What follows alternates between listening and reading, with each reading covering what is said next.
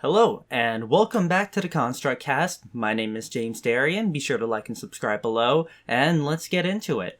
Today, I just want to have a short conversation about the keeping up with the Joneses of the way the news cycle works and the way that developing content works, especially in the political sphere.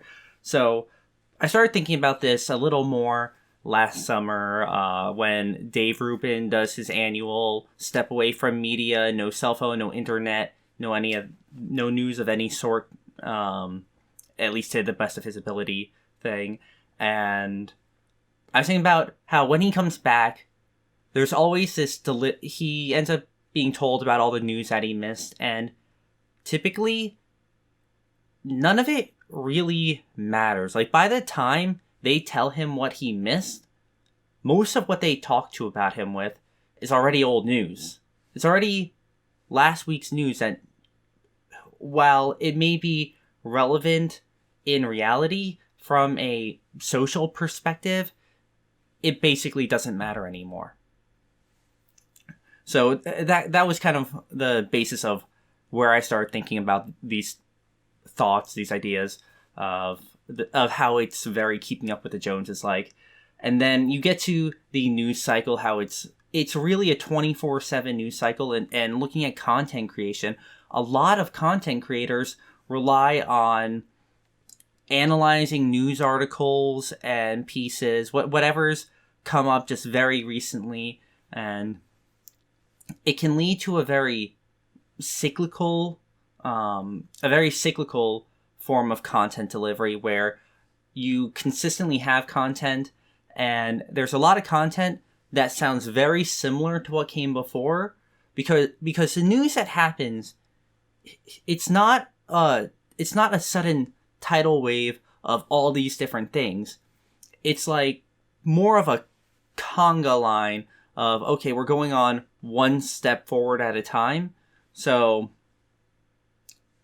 when you're watching it and you go back, you're telling the story up until a certain point, and then it's almost like you're seeing that same, you have to go back the next time you talk about it, and you just bring it one step forward. That is probably horribly explained. But it's essentially just like you're watching a movie, you press pause, you rewind a little bit, you press play, go a little bit farther. That might explain it a little bit better. How I feel about the way the news cycle works with content creation. Anyhow, it's very interesting to me because it puts the value in society, at least in the creation of content, in the creation of news media and otherwise information. It puts the value of that really on trends. In many cases, it's either events-based or trends-based, where there'll be a hot topic that people talk about over and over and over again. It might show up in the news, and it'll be hot for like a week or 2 weeks or maybe even a month. And then it might completely go away, and then it'll come back sometime later. Like if we look at critical race theory, it got really big around the time when Trump pushed through his executive order on banning sex and race scapegoating, I believe were the terms he used. Sex scapegoating and racial scapegoating. I think it was sex, not gender. But he made that. Then in conservative media, CRT, critical gender theory, all these things, hot topics for a week or two. Then they kind of die down. There are people who actively cover these things over and over, but for the most part it dies down.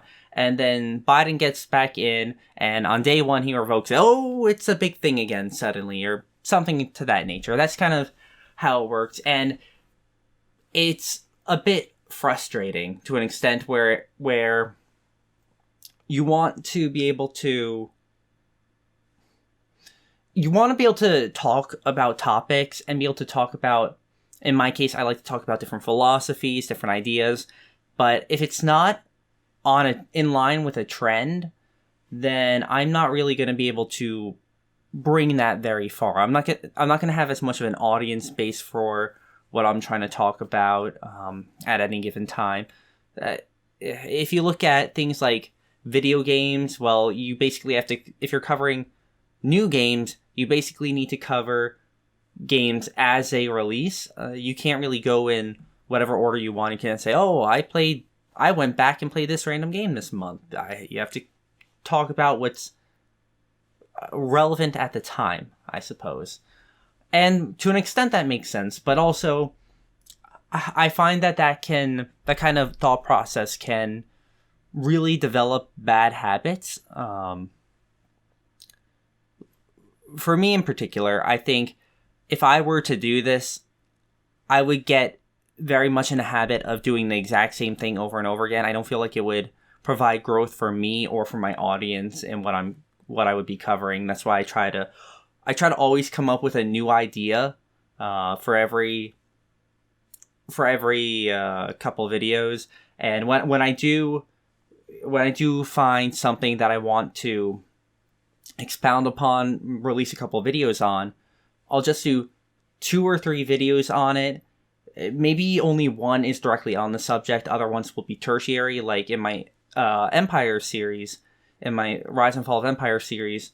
The first episode of that was me talking about progressive traditionalism, progressive traditionalism, basically a conservative force or traditional force that pushes the country to further approach traditional values as opposed to the modern progressives, which are just trying to say, throw it all away.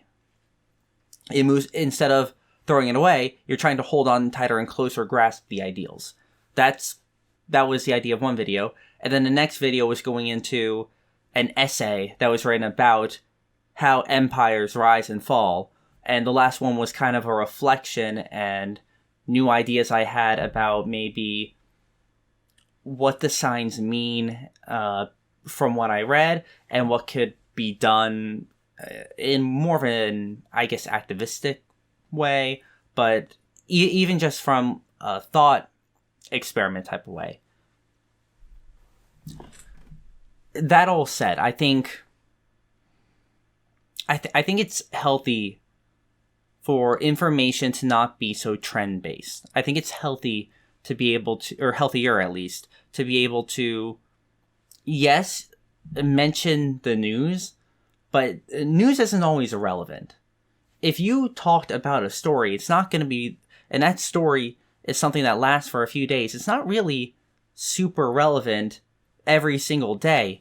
You're not going to be hearing that much new stuff in your news if for a week you're talking about the riots in Minneapolis because of the Derek Chauvin trial, or this new police murder, accidental murder. It appears to be, at least, though it hasn't been tried as murder yet. So technically, you can't say anything definitive until the courts make a decision. But police shooting, I'll say. So, if you notice, I'm also trying to not say ums or like as much. Improve the quality. So, really thinking about this, I personally want to try to keep creating my own type of content that doesn't necessarily rely on trends. There will be, of course, some amount of that because I think it's relevant. The fact that there are for example, all of these riots doesn't mean that, and it happens multiple days in a row, it doesn't mean you shouldn't cover them at all. But after the first day, the next day, the coverage should just be the riots are continuing, and then you kind of move on and you can talk about new things possibly. But the fact that so much attention is given to the same things day over day over day over day, it really, I believe it creates a bad value system in terms of what people think what people would like to see, what people look to their news sources and outlets for. It's just kind of a thought of mine. I'm not really going anywhere. There's not much of a philosophy behind this, other than to say, for me, I am hoping that I'm not going to be too trendy with everything, and that probably will hurt this channel in the long run. But I believe that there is, how should I put this? There are ways to approach your content where you don't need to rely on talking about the most current thing, whatever it is. At least I believe there should be a way to do that. And even if it's less successful, I would like to try to present that type of delivery to all of you.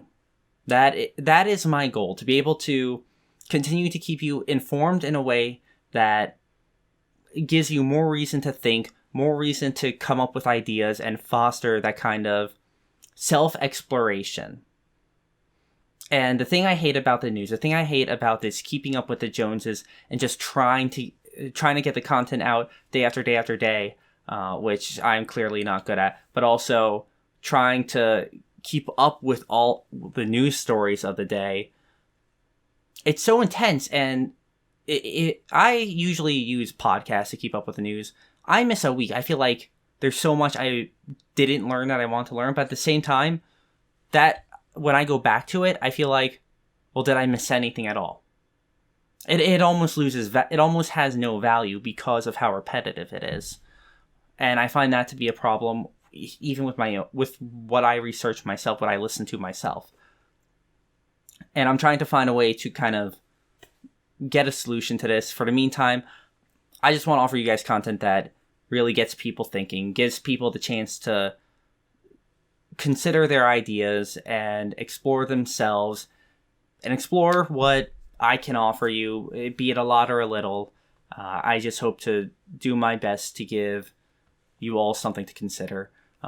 Anyhow, let me know what you think about this keeping up with the Joneses in news and media, and whether or not you think that the intense value that is put on trends currently is either a good thing, a bad thing, or maybe it's even neutral, but maybe it's something you think doesn't foster the type of thought and critical thinking that something like the news really should be offering people. Or maybe you guys just disagree with me.